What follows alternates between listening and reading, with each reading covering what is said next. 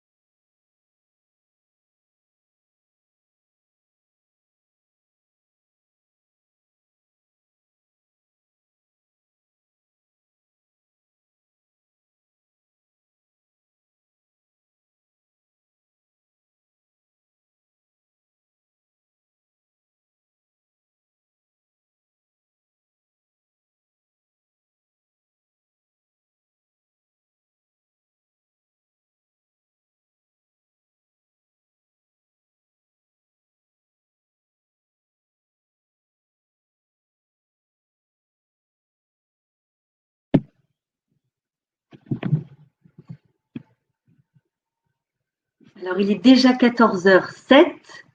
Nous allons démarrer immédiatement. Déjà, je vous manifeste mon grand plaisir de vous retrouver à l'occasion de ces webinaires, particulièrement dans le cadre de notre site internet, le site internet du cabinet, donc www.buchinger-rubin.com, que l'on a reformaté, harmonisé, simplifié, principalement pour que vous puissiez avoir accès à une base de données, une base ressources extrêmement large, diversifiée, facile à télécharger, que ce soit des ressources audio, vidéo, visuelles. Vous pouvez aller sur notre page Lire, voir et entendre et vous aurez tous les contenus de nos précédents webinaires. Ce webinaire sera intégré à notre site dès demain avec le replay du webinaire, nos documents que vous pouvez d'ores et déjà télécharger dans l'onglet Les fichiers, ainsi que une bibliographie très diversifiée et de nombreux podcasts qui vous aideront sans aucun doute à orienter au mieux vos agents et salariés concernés par la thématique du jour. Alors, pour donner une brève introduction au sujet, les aidants familiaux, c'est véritablement un sujet de société. Pour quelle raison? Parce que c'est une catégorie d'individus que le système de santé a des difficultés à accompagner, à soutenir, et qui se trouvent souvent délaissés parce que ce sont des hommes ou des femmes qui sont extrêmement investis auprès de leurs proches, que ce soit des proches handicapés, malades, dépendants, le grand âge, les parents, les enfants, et qui sont surexposés au stress, à la fatigue physique et psychologique, et qui, de fait de cette situation souvent d'urgence, n'ont pas le temps de penser à leur statut, soit à la gestion, je dirais, du stress tout simplement, et c'est la raison de la présence de Madame Fanny Faugeron, ou alors tout simplement à leur statut juridique, aux aides auxquelles ils pourraient éventuellement bénéficier. Ces aidants s'effacent la plupart du temps au profit de leurs proches et doivent gérer souvent seuls la complexité d'une situation qui est aussi bouleversante qu'anxiogène.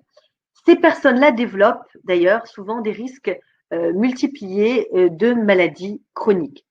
Compte tenu notamment de l'allongement de la durée de la vie des Français, le nombre des aidants ne va cesser de croître dans les années à venir. Il est donc nécessaire de trouver des alternatives et des solutions concrètes pour les accompagner.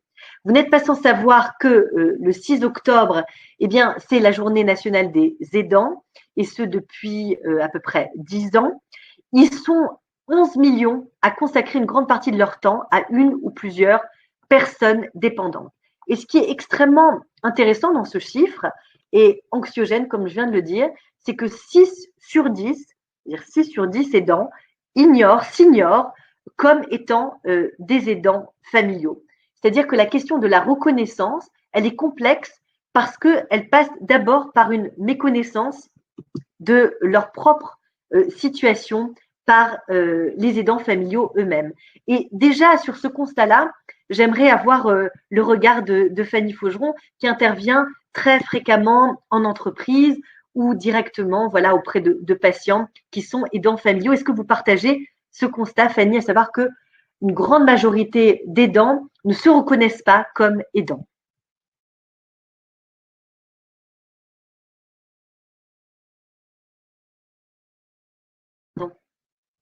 Il faut remettre le petit micro. C'est bon.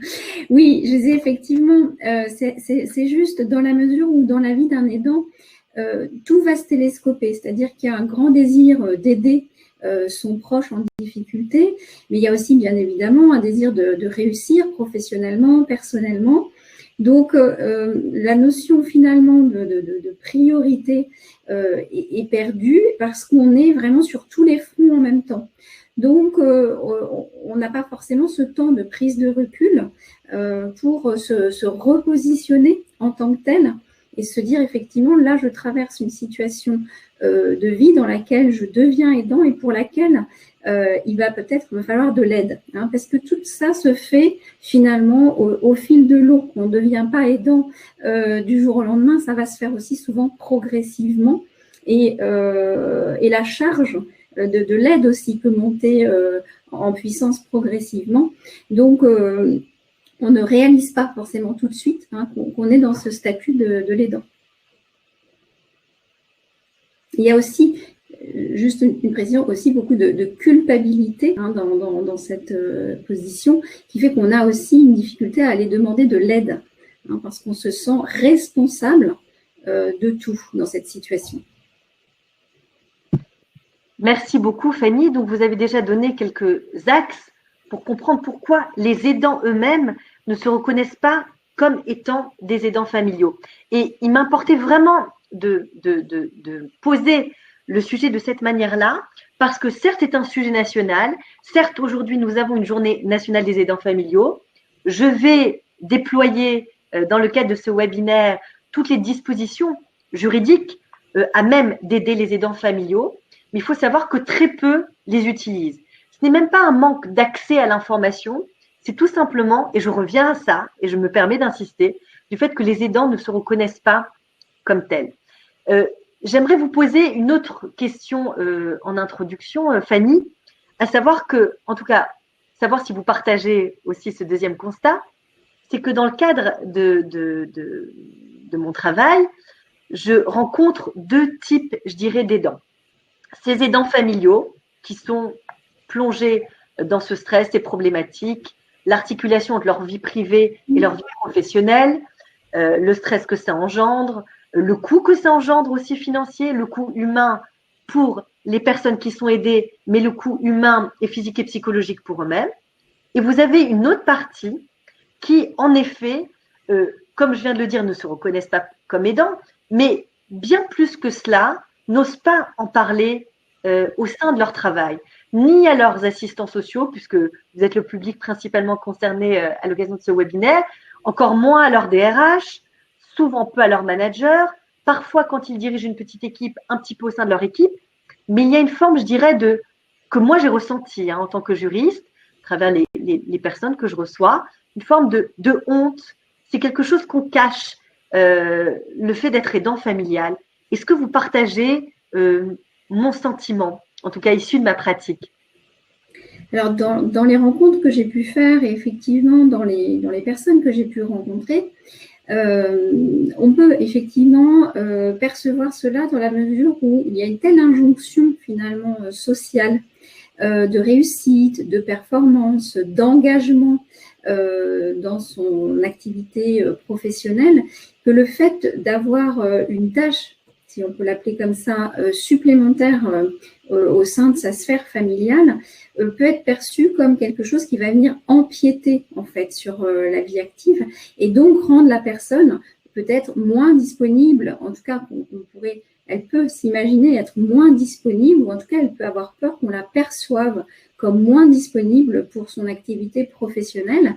Et souvent, ce sont des gens qui arrivent dans une carrière, peut-être en fin de carrière, etc., et qui ne souhaitent pas, à ce moment-là, ils se sont toujours impliqués professionnellement, ne souhaitent pas, à cette occasion, paraître moins impliqués dans la structure, ce qui pourrait peut-être potentiellement les mettre dans une position délicate vis-à-vis d'une équipe, vis-à-vis d'une hiérarchie qui pourrait, en tout cas c'est leur inquiétude, souvent dans ce que j'ai pu entendre, leur donner peut-être moins de responsabilités, ou la promotion qui devait avoir lieu finalement peut-être n'aura pas lieu. En tout cas, il y a cette inquiétude. Et je pense que ça, c'est à prendre en compte vraiment dans la prévention que l'on peut faire. C'est vraiment d'ouvrir la parole et de permettre à ces personnes d'exprimer les difficultés qu'elles rencontrent dans cette sphère personnelle, mais qui a forcément un impact dans leur sphère professionnelle, même si, bien évidemment, ils font tout pour que ça n'ait pas cet impact. Merci beaucoup, Fanny. Alors, je voulais rebondir là-dessus pour vous donner les axes de ce webinaire tel qu'on va les développer. On va prendre, une première partie qui sera une description, évidemment, de ce qu'est un aidant familial. On va rappeler la définition, son statut juridique, la manière dont on peut l'aider, l'accompagner en tant que juriste ou avocat, la manière dont une sophrologue, dont un psychologue peut aussi l'accompagner dans ces démarches-là. Et on abordera aussi les signaux faibles du burn-out de l'aidant familial, ce qu'on vient de développer, à savoir que vous, en tant qu'assistant social, comment détecter les gens qui n'en parlent pas, puisqu'ils sont une grande majorité dans ce cas-là. Alors, j'en reviens à quelques rapides chiffres pour avoir vraiment une pleine appréhension du sujet. 11 millions de Français prennent soin au quotidien d'un proche dépendant. Beaucoup voient leur vie bouleversée. Pour leur permettre de continuer à jouer ce rôle indispensable, des mesures ont été prises ces dernières années que je vais vous détailler, de manière aussi précise que possible dans les prochaines minutes. Les aidants familiaux, qui sont-ils? Très important de rappeler de manière didactique et juridique la définition d'un aidant familial. Un aidant familial ou proche aidant, c'est une personne, et j'insiste, quelle que soit la personne, ça n'est pas obligatoirement le conjoint, le concubin, le fils, la fille, ça peut être l'oncle, la tante, le neveu, la nièce, ou même un ami très proche. C'est extrêmement important de le rappeler ici, parce que souvent, quand on pense aidant familial, on pense famille resserrée proche. Or, il peut tout à fait s'agir d'une personne plus éloignée, mais qui va tenir ce rôle-là d'aidant familial. Je tenais à le préciser, au niveau de la définition, c'est extrêmement important. Donc, cette personne, qu'elle soit proche du cercle familial, qu'elle soit moins proche du cercle familial, va apporter une aide régulière à un proche qui se trouve en situation de perte d'autonomie. Donc, la perte d'autonomie, c'est important de le rappeler, elle se déroule au niveau, dans tous les âges. Ça peut être un enfant qui est atteint d'autisme, un enfant atteint d'un très grave handicap, ça peut être un adolescent, un jeune adulte, et c'est aussi, donc évidemment, c'est ce qu'on voit, ce qui est le plus visible, et notamment ça l'a été pendant cette période de confinement, de Covid-19, où beaucoup de personnes ayant leurs parents âgés dans des EHPAD, eh bien, c'est remonté en lumière, je dirais. Le fait que l'aidant familial, c'est surtout l'aidant qui va aider ses parents âgés. Mais ça n'est pas que ça, comme je viens de vous le dire. Donc, ne pas perdre de vue, je le rappelle, extrêmement important. Je m'excuse d'insister, mais parce qu'il faut vraiment que vous l'ayez en tête, justement, pour essayer de déceler ces signaux faibles. Un aidant familial, c'est une personne, que ce soit dans le cercle proche ou dans le cercle plus lointain, qui va aider, c'est-à-dire quelqu'un qui est en perte d'autonomie. Et donc, ça n'est pas que ses parents âgés. Donc, je reprends ma présentation. Donc, l'aidant intervient dans les actes du quotidien que la personne dépendante n'est plus apte à réaliser seule. Donc, il y a un triptyque, je dirais. Un aidant familial, c'est une personne proche ou moins proche du cercle familial qui va aider une personne qui est en perte d'autonomie. Cette perte d'autonomie, il va falloir la qualifier. Quels sont les actes que la personne ne peut plus faire? Et donc, troisième point, cibler donc ces actes du quotidien que la personne dépendante n'est plus capable de réaliser seule. Ça peut être des actes très basiques, ça peut être des actes moins fréquents, mais en tout cas, il va falloir essayer de s'interroger sur ce que comporte cette notion d'acte du quotidien. Alors, m'intéresser de vous diffuser cette affiche que j'ai trouvée extrêmement pertinente. Je suis salarié, père de famille, aussi taxi, veilleur de nuit, infirmier, psychologue, comptable. Je suis aidant et moi aussi, j'ai besoin d'aide. C'est dire la posture, je dirais, multicasquette, protéiforme, tous les visages que prend un aidant familial qui doit passer d'une posture à une autre.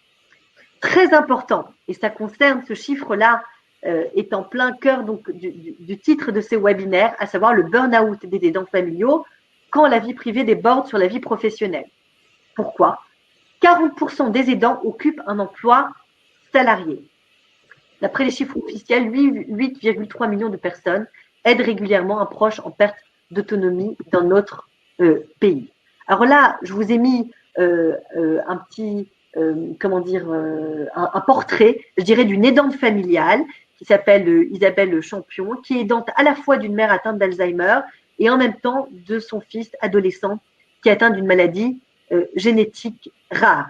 Elle dit, elle aussi, elle raconte qu'elle a mis du temps à prendre conscience de sa posture d'aidante et des changements que cela introduisait dans sa vie. Elle a raconté à quel point son planning hebdomadaire, journalier, après minute par minute, seconde par seconde, a été complètement bouleversé, tant elle a consacré du temps à sa mère âgée et à son fils. Elle raconte l'organisation millimétrée, elle raconte le fait d'être une double aidante, et aussi les conseils qu'elle peut apporter. Je vous invite à regarder ce slide. Il est extrêmement intéressant et dresse comme ça un portrait type, je dirais, d'un aidant familial. Comment peut-on aider les aidants? Là, vous avez sur ce slide, vous pourrez cliquer après sur le petit onglet. Vous avez la rediffusion d'une émission des maternelles qui est très, très bien faite, d'1 heure, avec beaucoup de spécialistes sur ce sujet-là. Alors, avant de passer à la partie, je dirais, stricto sensu juridique, c'est-à-dire ce qui a été mis en place pour aider les aidants familiaux, j'aimerais donner la parole d'abord à Fanny Faugeron pour qu'elle nous explique le premier point d'accroche que vous pourriez vous avoir, assistants sociaux, lorsque vous êtes en entretien avec des agents salariés que vous pouvez accompagner. Et avant de parler des mesures qui existent, ce que je vais aborder dans un second temps, peut-être les aider à aborder leur statut d'aidant familial avec la notion de priorité. Est-ce que vous pourriez nous éclairer sur cet aspect-là, Fanny? Oui, effectivement. En fait, toute la difficulté de l'aidant, c'est qu'il n'a plus en fait conscience qu'il doit être sa propre priorité pour pouvoir finalement continuer à son rôle d'aidant et continuer à aider. Il y a une perte de repère qui s'explique aussi par une charge mentale importante. Quand vous devez assurer une activité, on l'a vu, je trouve que la fiche est extrêmement bien faite. Quand on doit assurer son job en tant que salarié, sa vie de famille aussi, et puis toutes les tâches multiples et variées quand on doit aider quelqu'un, quel que soit l'âge de la personne aidée, il y a une charge mentale importante et on perd un peu les repères. On est dans une organisation ou pas, d'ailleurs certains sont très organisés, comme dans l'exemple que vous donniez, d'autres pas du tout, et vont être très vite dépassés, surmenés, complètement sous pression, sous tension.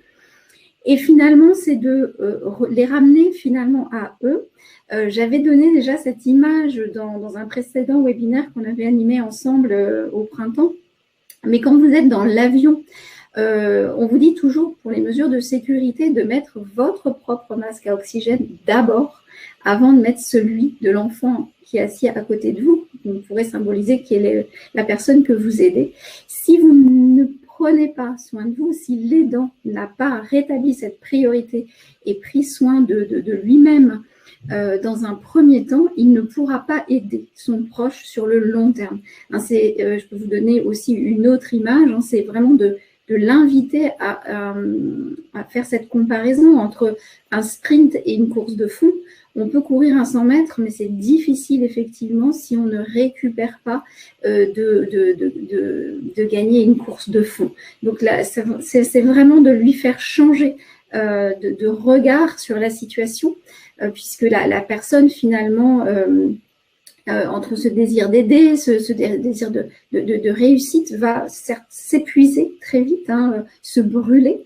Et on va voir, d'ailleurs, on pourrait montrer peut-être, Judith, à cette occasion, une diapo que j'avais proposée, celle où on voit la courbe, comme ça me permettra un petit peu d'expliciter mon propos. Je pense que c'est important de montrer que sans moment de respiration, voilà, pour cet aidant, s'il ne rétablit pas cette priorité en prenant soin de lui, il pourrait s'épuiser très vite. Vous voyez, cette courbe, c'est la courbe du stress par rapport à la performance. Or, si on veut pouvoir aider finalement son proche le plus longtemps possible, il faut rester performant. Mais quand on est aidant, on est soumis à du stress. Alors, bien sûr, un stress qui peut être très intéressant. Sans stress, il ne se passe rien. On est dans de la fatigue, de l'ennui.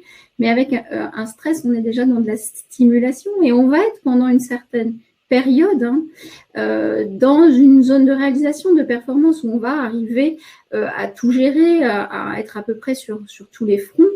Et c'est là où c'est important de bien indiquer qu'on n'est pas des super-héros et qu'à un moment donné, il faut apprendre à se reposer parce que vous voyez que très vite ici, on va arriver, si on est soumis à une pression pendant trop longtemps, on va arriver très vite à une période finalement où la personne va rentrer dans une phase de résistance, elle va s'épuiser, épuiser ses ressources et elle peut aller jusqu'au burn-out ou à la dépression. C'est peut-être la diapo juste après qui nous le montre bien aussi. Judith, voilà, je vous remercie. Quand on est soumis à une situation compliquée, alors là, c'est une situation de travail, mais ça fonctionne tout autant dans une situation que vit un aidant. Au début, on est dans l'alerte, dans la réaction, on va tout gérer, et puis après, ça devient de plus en plus difficile, mais on résiste, on tient le coup, puisque bien sûr, on veut absolument être là pour notre proche, et puis au bout d'un moment, on s'épuise. Et c'est là où le corps craque, le mental peut craquer aussi, avec une décompensation de type burn-out, par exemple. Donc, ramener la personne aidante vraiment à elle et au fait qu'il est important qu'elle prenne d'abord soin d'elle avant de prendre soin des autres. C'est la priorité en termes de prévention. Merci beaucoup, Fanny. Pour petit intermède vidéo, justement pour rebondir sur vos propos, je vais vous diffuser une très courte vidéo sur un aidant familial et dans lequel tout le champ lexical que vous venez de développer, à savoir le stress, à savoir le fait de revenir à soi, est extrêmement important. Et cette vidéo sera intéressante parce qu'elle sera l'illustration de ce que vous venez de dire. On coupe nos micros et je diffuse.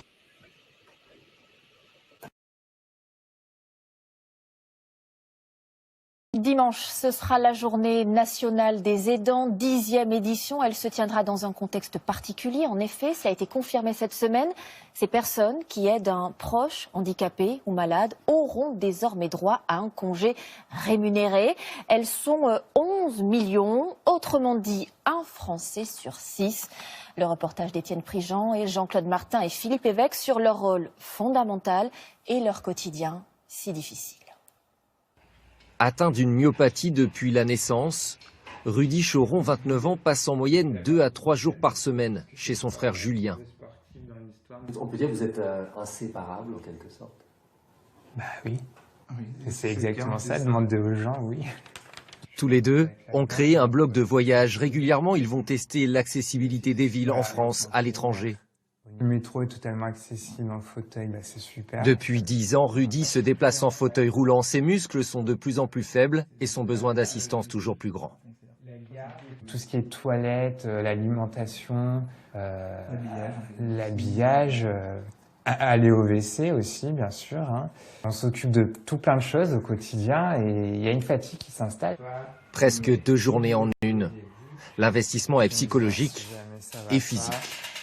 Par exemple, de mon lit pour aller sur mon fauteuil roulant électrique, ça nécessite quand même des manipulations physiques qui peuvent fatiguer les aidants.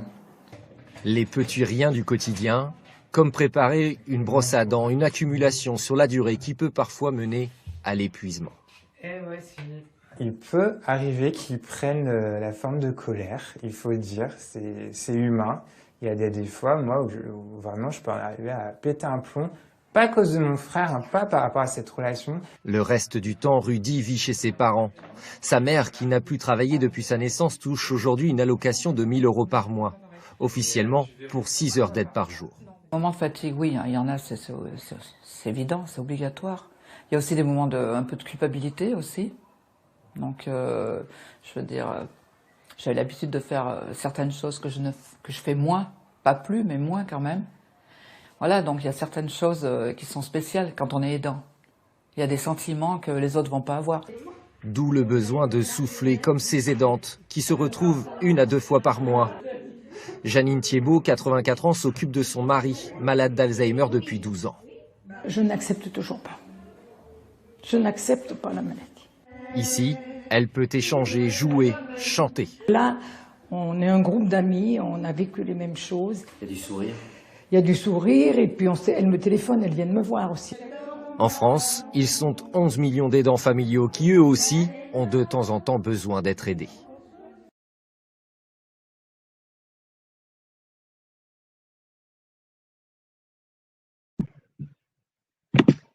Voilà pour l'illustration de cette introduction que nous avons développée, Fanny Faugeron et moi.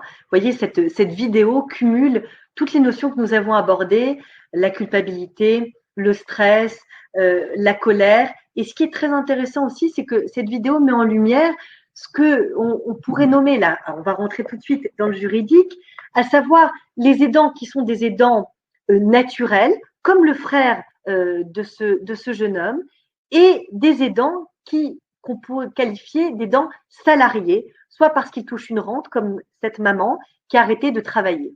Donc, je vais tout de suite rentrer dans les notions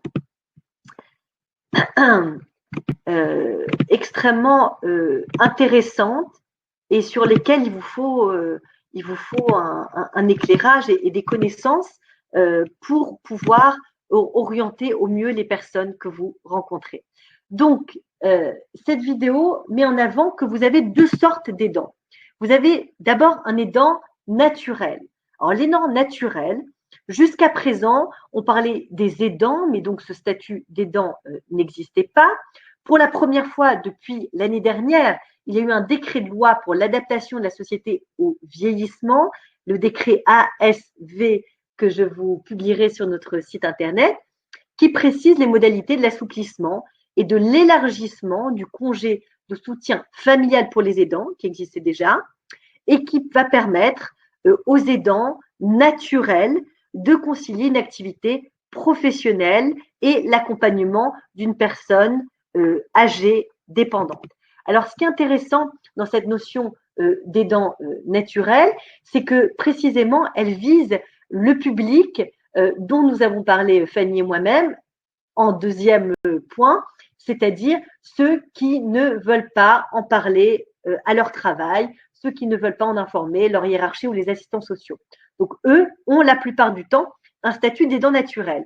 C'est pour ça que vous, en tant qu'assistants sociaux, ce sera extrêmement important d'orienter les personnes qui viennent vous voir en fonction de leur statut juridique et de ce qu'ils souhaitent eux-mêmes. C'est-à-dire soit un statut d'aidant familial naturel ou alors un statut d'aidant, pour le coup, salarié. Alors, j'y vais tout de suite. Donc, existe-t-il un statut juridique des aidants? Puisque là, on vient de parler du statut d'aidant naturel. Alors, à savoir, qui dit naturel dit un petit peu hors contexte, hors la loi, je dirais. Eh bien non. Selon le Code de l'action sociale et de la famille, est considéré comme un aidant familial le conjoint, le concubin, la personne avec laquelle le bénéficiaire a conclu un pax, l'ascendant, le descendant ou le collatéral jusqu'au 4e degré du bénéficiaire ou l'ascendant, le descendant ou le collatéral jusqu'à 4e degré de l'autre membre du couple qui apporte l'aide humaine et qui n'est pas salarié pour cette aide. L'aidant familial peut donc bénéficier de formation dans ce cadre-là, dans le cadre de ce statut d'aidant familial naturel. Il a le droit notamment à la validation d'acquis d'expérience s'il le souhaite, mais j'y reviendrai juste après. Donc, il y a un statut juridique des aidants, comme je vous l'ai dit. C'est toute personne, alors, ce sont les personnes dans le cercle familial, mais c'est aussi, et ça, j'ai pas pu le mettre parce que c'est extrêmement vaste dans le Code de l'action sociale et de la famille, ça peut être aussi des personnes qui vivent au quotidien, qui aident au quotidien la personne dépendante et qui ne sont pas forcément un collatéral jusqu'au 4e degré ou un ascendant ou un descendant. Alors, l'aidant salarié, qu'est-ce que c'est? Là, on passe complètement dans un autre statut. En tant qu'aidant, il est possible d'obtenir le statut de salarié. Si on aide une personne âgée dépendante bénéficiaire de l'APA, qui est cette allocation qui permet donc de rémunérer les aidants familiaux salariés.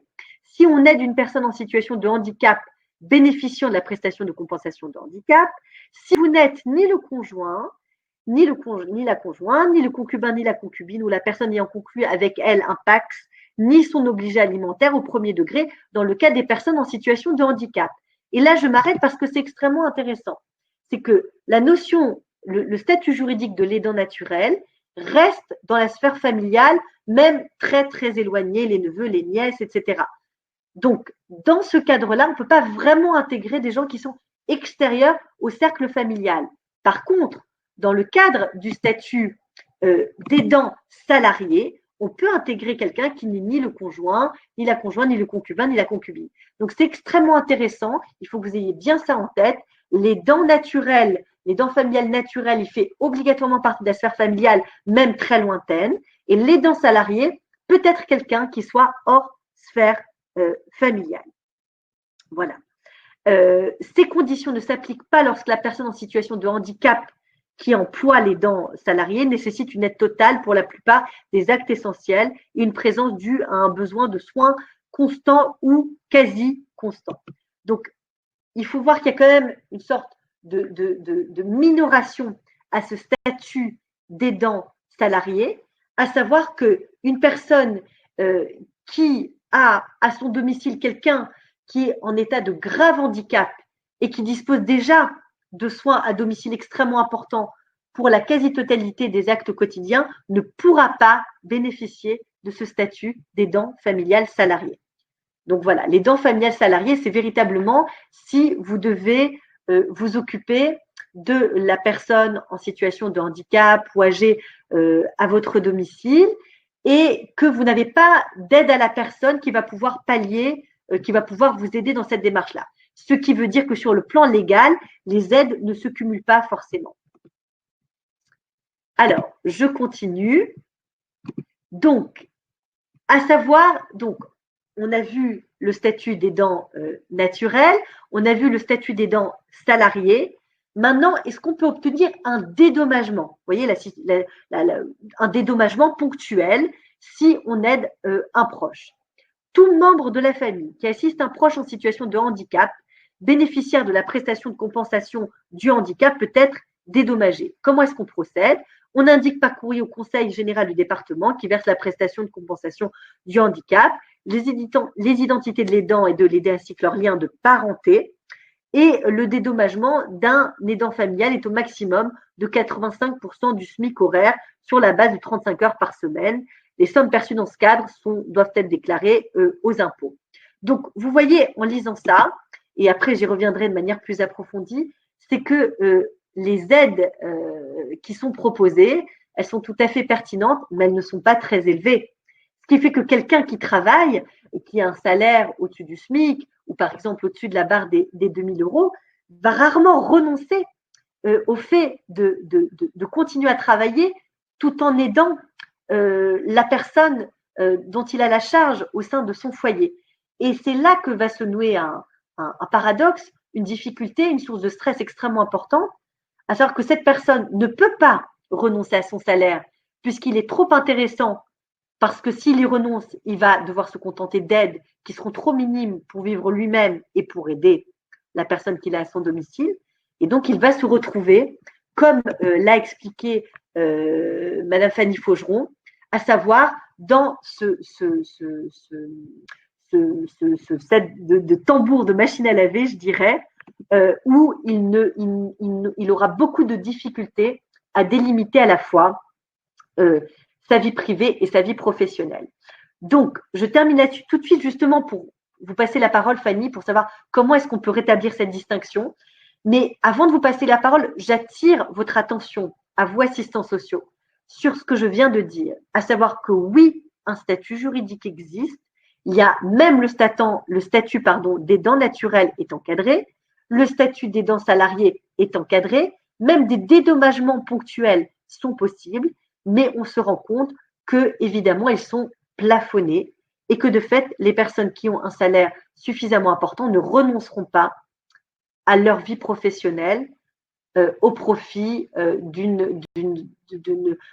d'un temps exclusivement consacré à la personne dont ils ont la charge. D'où ma question, Fanny, c'est comment est-ce qu'on fait dans ces contextes-là où, en quelque sorte, je dirais, on n'a pas le choix, on doit et continuer à travailler et continuer à s'occuper de la personne à domicile, même si on a des aides que je déploierai un peu plus longuement après votre intervention. Comment est-ce qu'on fait? Oui, alors c'est vrai que là, vraiment, ce qui est important, c'est d'accompagner cette personne dans le rétablissement, si je peux m'exprimer ainsi, de limites assez claires dans ces différents temps de vie. Pourquoi? Parce que ce qu'on va chercher à apaiser ici, c'est vraiment cette notion de charge mentale. Et pour apaiser cette notion de charge mentale, c'est important de pouvoir être vraiment focus sur chaque tâche l'une après l'autre et de cloisonner le plus possible nos temps de vie, cloisonner notre temps de travail et si possible inviter donc, les aidants à respecter leurs horaires de travail, à ne pas dépasser, à ne pas aller au-delà pour pouvoir ensuite libérer du temps pour l'organisation de la vie familiale et de l'aide. Et vraiment, là aussi, quand ils sont dans cette sphère-là, essayer de se préserver au maximum du travail. Alors, ça ne se fait pas en un jour, hein, c'est vraiment un apprentissage qui peut se faire sur quelques séances. On est accompagné pour ça et on apprend effectivement à être vraiment pleinement présent à chacune de ces activités. Donc, on rétablit des limites claires. Donc, c'est vraiment les aider au niveau puisque là, vous êtes dans le cadre professionnel, déjà au niveau du travail, à respecter leurs horaires, par exemple. Et effectivement, on va le voir avec cette diapo-là également, s'organiser au travail comme à la maison pour pouvoir mieux déléguer et mieux se faire aider aussi. Alors, je vous ai proposé cette matrice d'Eisenhower parce qu'elle est très intéressante et dans le cadre professionnel et dans le cadre personnel pour arriver finalement à faire le tri entre ce qui est vraiment important à faire, c'est-à-dire ici vous avez l'urgent et l'important. Ce qui va être important à faire, c'est ce qui est urgent et important. Tout ce qui va être urgent et non important peut être délégué. Alors après, apprendre à déléguer, hein, c'est important pour l'aidant parce qu'il a souvent cette volonté de tout assumer. Or, cela accentue la pression. Donc, c'est l'inviter aussi, l'aider aussi à prendre du recul, à s'alléger la pression en déléguant un maximum. Par exemple, au sein de la famille, on peut tout à fait imaginer de déléguer un certain nombre de tâches, même minimes, à chaque membre de la famille. Ce n'est pas une seule personne qui peut prendre en charge son proche. On peut vraiment travailler à la délégation de tâches, de sous-tâches en fait à une partie de la famille. Je pense notamment aux ados qui peuvent apporter leur soutien et qui vont aussi grandir en autonomie dans ce cadre-là. Donc finalement, savoir déléguer, savoir partager ces tâches permettent aussi de faire grandir l'entourage proche dans cette épreuve de vie hein, que tout le monde partage. Donc vraiment deux points importants. Les limites claires dans nos différents secteurs de vie et cette organisation sans faille dont parle l'exemple que vous avez montré tout à l'heure, Judith, mais surtout apprendre à déléguer, apprendre à demander de l'aide. Et là, les aides, Judith, vont être importantes dans la mesure où elles vont permettre, ce qu'on a vu à la fin du reportage, c'est de souffler. L'aidant a besoin de souffler et dans le reportage, on voyait cette personne qui soufflait 1 à 2 fois par mois. C'est pas suffisant. Il faut pouvoir souffler, j'ai envie de dire, quotidiennement presque, même si ce sont des respirations que de quelques minutes. Mais ça, on le verra après. Merci beaucoup, Fanny. Je souhaiterais approfondir votre propos pour aider les assistants sociaux à avoir une perception à 360 degrés des difficultés que rencontrent les aidants familiaux. À savoir que, je pense que vous allez partager mon constat, vous aussi assistants sociaux, n'hésitez pas, comme je vous l'ai dit, à vous manifester dans le chat, à savoir que derrière ce burn-out des aidants familiaux, vous avez comme un phénomène de poupée russe qui se côtoie. À savoir que donc, il y a la pression professionnelle, Il s'agit souvent d'une catégorie, les aidants familiaux sont souvent 45-60 ans, des gens en milieu de carrière, en fin de carrière, qui ne veulent pas, excusez-moi ce terme-là, bousiller leur carrière ou faire savoir qu'ils sont aidants familiales, comme dans ce reportage-là, expliquer qu'ils ont à changer leurs parents âgés, à l'emmener aux toilettes, à l'emmener à la douche. Ils ne veulent pas faire part de ces problématiques-là parce qu'ils ne veulent pas être, excusez-moi là aussi d'être prosaïque, être un peu éjectés un peu trop rapidement, donc ils n'en parlent pas. Et ce que je voulais dire par rapport à ça, c'est que la difficulté qu'on va avoir, c'est que souvent ces personnes-là, au-delà du stress professionnel et du stress familial concernant la personne qu'ils ont aidée, ils ont parfois d'autres problématiques de vie, des divorces, des séparations, des projets qui sont contrariés, leurs enfants qu'ils doivent aider. Et dans votre présentation, Fanny, il y a un tableau qui est extrêmement intéressant, issu, il me semble, d'une étude américaine psychiatrique, qui permet d'évaluer sur une échelle du stress l'importance de tel ou tel événement. Et il me tient à cœur de la diffuser, je la mets tout de suite en image. Oui, je vais. Vous, assistants sociaux, vous puissiez appréhender au mieux ce que vit l'aidant familial qui vient se confier à vous. Je vous laisse la parole, Fanny. Oui, je vous remercie. Judith, c'est vraiment effectivement important d'évoquer cette échelle de Holmes. Elle est ancienne, elle date des années 70. C'est une étude qui a été réalisée dans les années 70 aux États-Unis, mais elle est toujours d'actualité dans vraiment la prise en compte des moments de vie que peuvent traverser n'importe quel salarié, et surtout du stress que cela va générer pour lui. Je vous explique.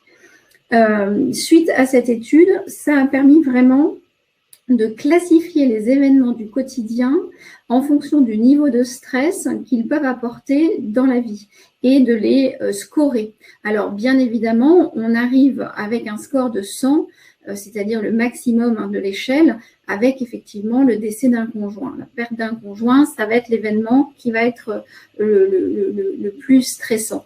Mais on peut aussi arriver à des choses qui sont très positives, comme pour certains les fêtes de Noël, les vacances ou un mariage par exemple, qui vont être scorés quand même, un mariage sur des scores de 50. Donc, ce qui est intéressant de voir, alors là, je vous ai mis quelques exemples. Dans l'échelle, il y en a beaucoup plus d'items.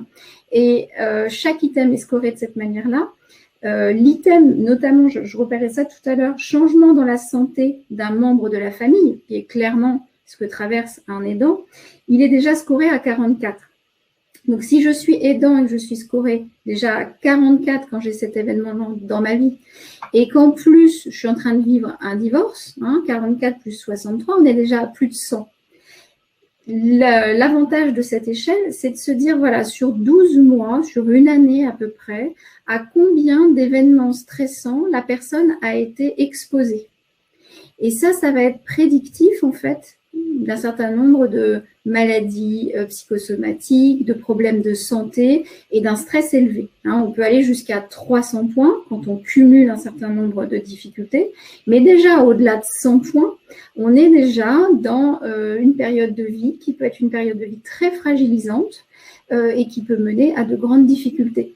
Donc c'est important quand vous avez une personne en entretien, déjà souvent quand même les personnes, même si elles ont du mal à se livrer, évoquent quand même les grands événements de la vie qui les traversent. Vous pouvez aussi en avoir connaissance pour un certain nombre, et ça peut vous donner une idée du stress qu'elles sont en train de traverser.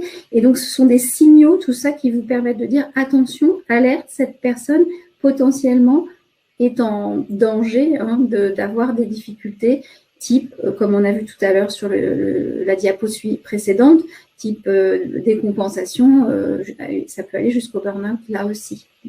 Voilà. Merci beaucoup, Fanny. Donc, ce tableau me semblait tout à fait édifiant et peut, à vous, assistants sociaux, vous donner une feuille de route pour mener au mieux vos entretiens et évaluer en quelque sorte, comme le ferait un médecin, évidemment sans vous improviser, mais en tout cas pour évaluer un petit peu la gravité, je dirais, de la situation et le fait de proposer une prise en charge, quelle qu'elle soit. Alors, juste, Judith, je me permets juste un petit point de précision par rapport à cette grille. Hein. On peut la trouver et on la mettra d'ailleurs dans les ressources avec l'ensemble des points. Attention juste à une chose, elle ne prend pas en compte le fait qu'on a chacun des réactions très différentes et très personnelles au stress. Hein. Elle donne une échelle, mais certaines personnes vont majorer tout ça encore plus parce qu'ils sont encore plus sensibles au stress que d'autres. Hein. Donc, c'est encore aussi à prendre en compte. Et d'autres personnes vont réagir beaucoup moins aussi. Donc, voilà, à prendre en compte aussi cette spécificité de réactivité au stress qui est particulière à chacun. Tout à fait d'accord, et vous avez eu raison de le signaler, mais simplement, moi, je me permets, encore une fois, sans être sophrologue ni psychologue, et certainement pas prendre une casquette que je n'ai pas, mais je constate que souvent, ce sont les gens qui se plaignent le moins, qui souffrent le plus. Pardonnez-moi d'être caricatural, mais je pense que vous, assistants sociaux, vous partagerez peut-être aussi ce point de vue, et que de prendre des éléments objectifs qui arrivent. Oui, un divorce, c'est difficile, même si les gens vous disent tout va bien. Oui, c'est difficile d'avoir un parent âgé à domicile quand il faut se lever 5 fois dans la nuit pour l'aider à aller aux toilettes. C'est difficile. Donc, oui. Vous avez effectivement, comme vous le dites, Fanny, des personnes beaucoup plus résilientes que d'autres. Il n'empêche que la réalité, elle est difficile, même chez ces gens-là qui ne s'en plaignent pas, je dirais. Et je vais même aller plus loin dans ce sens-là et ajouter un élément qui est très, très important en termes de prévention du burn-out en entreprise. C'est que c'est souvent les personnes qui vont aller jusqu'au burn-out sont des profils de personnes extrêmement investies, qui sont vraiment engagées dans leur société, qui vont vraiment avoir la volonté de bien faire leur travail et de bien faire aussi tout le reste de la charge qu'ils ont à mener. Donc, ils peuvent être aussi dans un déni de difficultés et donc sous-évaluer aussi les difficultés qu'ils rencontrent. Donc, effectivement, soyons alertes en tant que professionnels et à l'écoute de tous ces signaux. Merci beaucoup. Alors, il nous reste moins de 10 minutes. Donc, je vais passer en revue rapidement les moyens que vous avez d'aider vos agents et salariés quand ils se déclarent aidant familial, que ce soit, et je répète cette catégorisation, que ce soit aidant familial naturel, salarié ou, troisième cas de figure, une simple demande de dédommagement. Et on finira par un exercice de relaxation qu'animera Fanny. Alors, je vous mets ça tout de suite. Tac.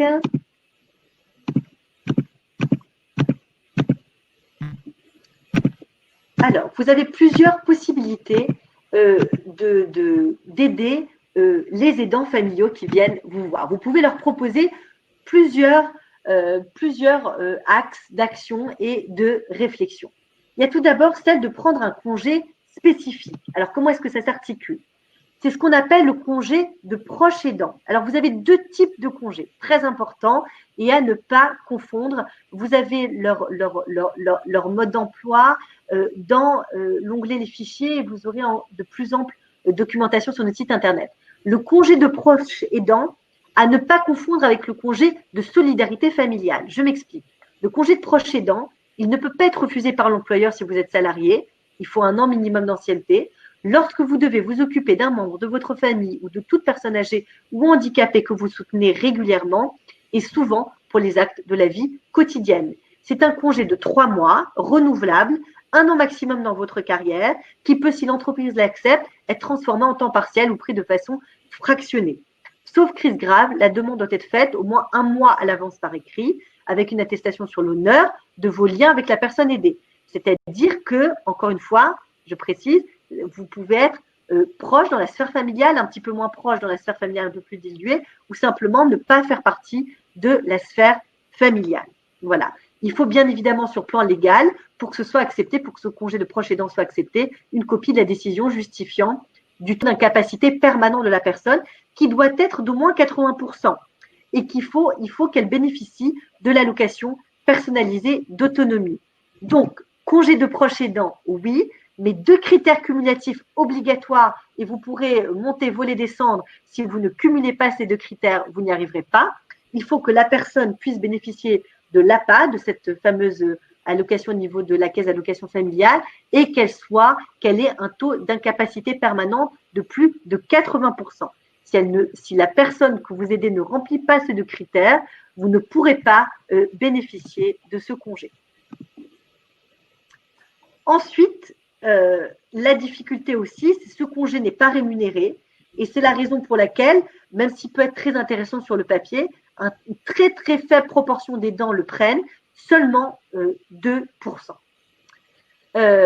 Vous avez un autre type de congé qui est celui de congé de solidarité familiale, qui est de 3 mois maximum, qui est également non rémunéré et qui est destiné à permettre d'accompagner un proche, ascendant, descendant, frère, sœur ou une personne partageant votre domicile en fin de vie. On peut le demander en principe 15 jours à l'avance avec un certificat médical. Votre employeur ne peut pas non plus le refuser. Donc, le congé de proche aidant, il s'articule, je dirais plus, dans une quotidienneté de l'aide et le congé de solidarité familiale, malheureusement, il s'inscrit plus dans un congé fin de vie. Alors, vous avez aussi la possibilité, comme je l'ai exprimé, de se faire indemniser ou rétribuer. Cette personne, donc toujours ce même critère de la perception de cette allocation spécifique qui s'appelle l'APA par la personne que vous aidez, l'assurance maladie peut vous verser une allocation journalière d'accompagnement d'une personne en fin de vie, aux salariés en congé de solidarité familiale ou qui ont transformé ce congé en période d'activité à temps partiel. Dès lors que la personne aidée n'est pas hospitalisée, vous aurez, c'est éminemment technique, vous aurez toutes les précisions dans le fichier et sur notre site internet dès demain. Vous avez le don de RTT. Et ça, c'est extrêmement important parce que ça participe à la solidarité au sein d'un service, au sein d'une entreprise. Les dons de RTT sont aujourd'hui rentrés dans les mœurs. Vos collègues salariés peuvent demander à l'employeur de vous donner les jours de congé de récupération de RTT qu'ils n'ont pas pris. De ce fait, vous pourrez vous absenter ces jours-là en conservant votre rémunération. Il faudra bien évidemment fournir un certificat médical attestant de la gravité de l'état de la personne que vous aidez, la nécessité d'une présence à ses côtés. Voilà, et c'est pareil dans la fonction publique. Alors ça, je fais un arrêt sur image sur ce point-là. Ce don de RTT, c'est vraiment la manière la plus simple, la plus facile, parce qu'elle est la moins administrative, de permettre à une personne qui a besoin d'aider son proche, alors évidemment, pas de manière forcément quotidienne, mais plus de manière ponctuelle, eh bien, les dons de RTT, c'est un moyen formidable de développer la solidarité au sein d'un service et de permettre à la personne d'aller beaucoup plus vite et de ne pas passer par toutes ces obligations administratives pour bénéficier des congés que j'ai exposés précédemment. Vous avez aussi la possibilité d'améliorer votre retraite lorsque vous demandez les deux congés que j'ai précisés. Là, encore une fois, toujours avec ces deux critères obligatoires, à savoir qu'il faut que ce parent qui vive avec vous soit invalide à plus de 80% et bénéficie de l'APA. Je vous laisse regarder ce slide à tête reposée. Et aussi, ce qu'a énoncé Madame Fanny Faugeron, à savoir une formation pour aider les aidants. Pour tenir le choc, formez-vous. Vous avez l'association française lesaidants.fr avec beaucoup de vidéos qui aident à réfléchir aux relations aidants-aidés. Vous avez beaucoup d'associations, mais vous avez notamment une association qui s'appelle les Cafés des aidants, qui sont des lieux où rencontrer d'autres personnes qui traversent les mêmes difficultés. Vous avez plusieurs portes à laquelle frapper. Vous avez le CCAS, vous avez le CLIC, qui sont plus de 600 au niveau des départements. Je vous laisse regarder tout ça. Encore une fois, je mettrai tout ça au sein de nos ressources.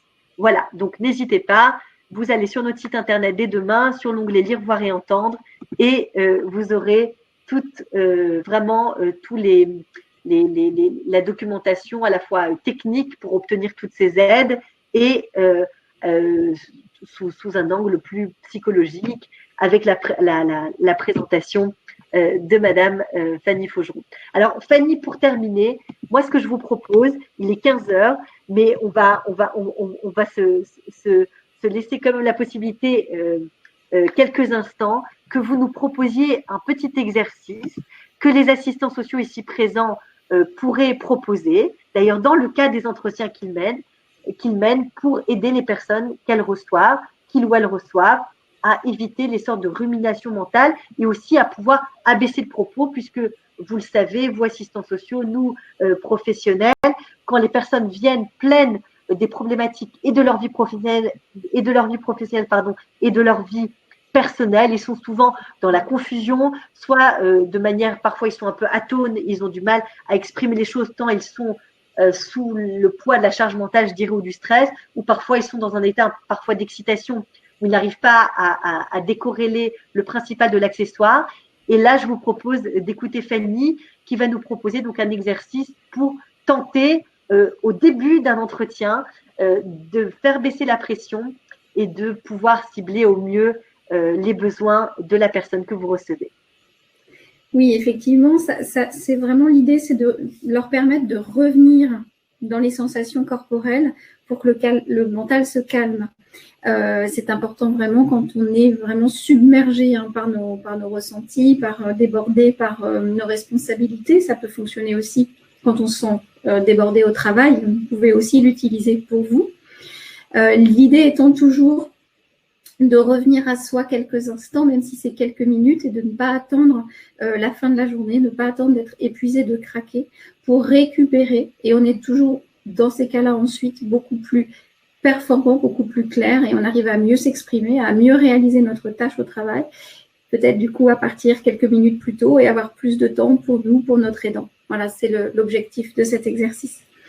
Donc, je vous invite à vous installer confortablement pour le faire, et vous inviterez aussi les personnes à s'installer confortablement. Pieds bien à plat au sol, jambes décroisées.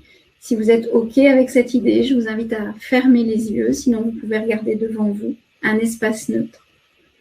Et revenir juste quelques instants à votre respiration, là, telle qu'elle est maintenant, sans en changer le rythme. Vous allez prendre une première inspiration et souffler doucement. Laissez partir dans le souffle les tensions, les préoccupations. Une deuxième fois, à votre rythme, vous inspirez et vous soufflez doucement. Laissez aller tranquillement à cette détente. Mains posées à plat sur vos cuisses. Vous revenez simplement à vos sensations. Sentez vos deux pieds bien à plat au sol.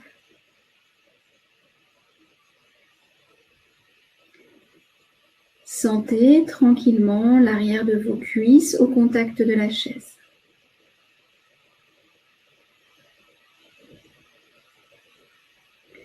Sentez votre dos au contact du dossier. Tous les points de contact du dos. Peut-être des endroits où le dos est posé plus lourdement. Sentez également le poids des mains sur vos cuisses.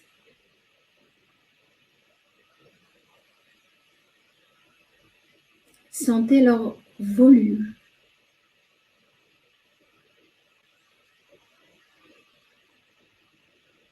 Sentez la chaleur de vos mains, de la paume de vos mains.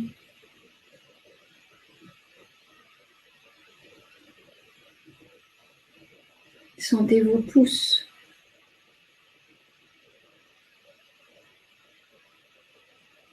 Vos index.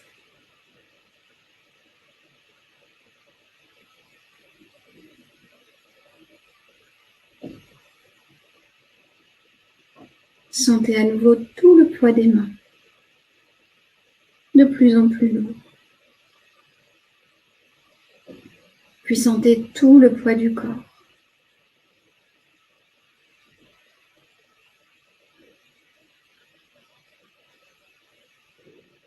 Puis vous allez pouvoir prendre une grande inspiration et souffler doucement.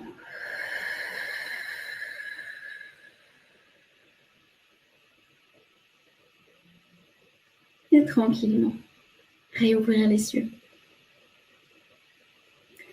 Voilà, vous voyez, c'est un exercice extrêmement court, extrêmement simple. Il est simplement dans l'idée de revenir à soi, ses sensations corporelles. Et dans ces moments-là, en fait, on coupe les ruminations mentales.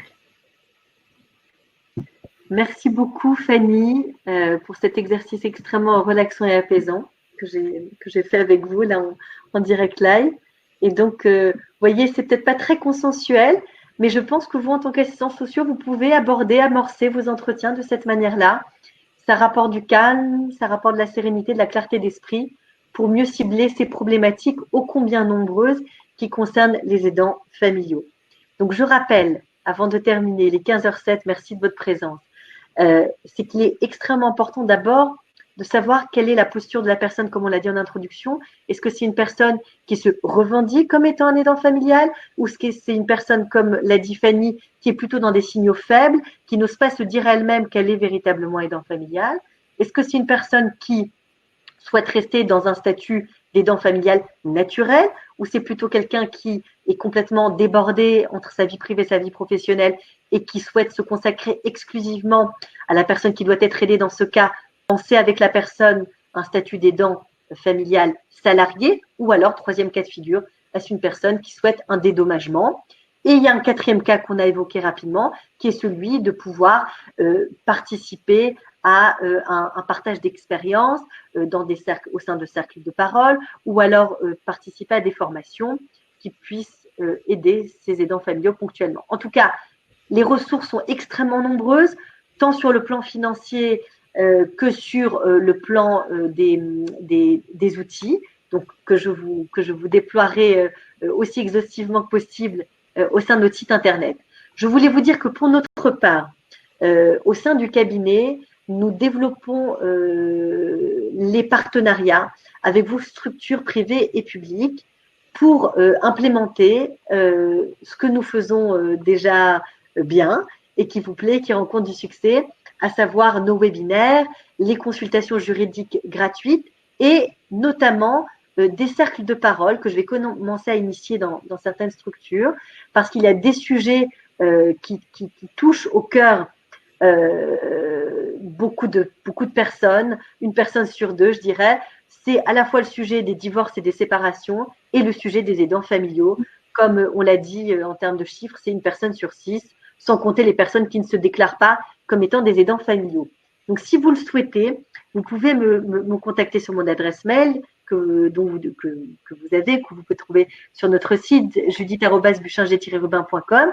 Si vous souhaitez discuter avec moi de possibilités d'intervention en intra, soit ponctuelle sur cette thématique des aidants familiaux, une intervention toujours à double regard que j'animerai avec Fanny ici présente et qui peut prendre plusieurs formats, soit des formations adaptées à plusieurs services, parce que souvent, j'ai remarqué au fur et à mesure des entretiens que j'ai menés au sein de vos structures, c'est que ces problématiques-là, notamment celle des aidants familiaux, est souvent pris en charge de manière décorrélée, c'est-à-dire que c'est l'assistante sociale qui va s'en charger toute seule dans son coin, et la DRH dans son coin, ou le médecin du travail dans son coin, alors que précisément, ce sont des problématiques sociétales qui commandent une action commune.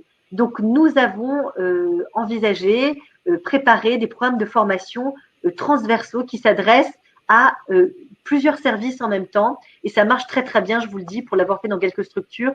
C'est extrêmement efficace parce que ça permet d'être extrêmement vigilant à ces signaux faibles que nous avons exposés pendant cette heure de webinaire et donc à pouvoir mettre en place une prise en charge beaucoup plus rapide et à ne pas laisser cette personne s'enfoncer dans son burn-out qui finit en arrêt maladie, qui finit en désorganisation du service et qui finit parfois malheureusement soit dans un plan de départ volontaire à la retraite où on est un peu poussé à la porte rapidement, soit en licenciement.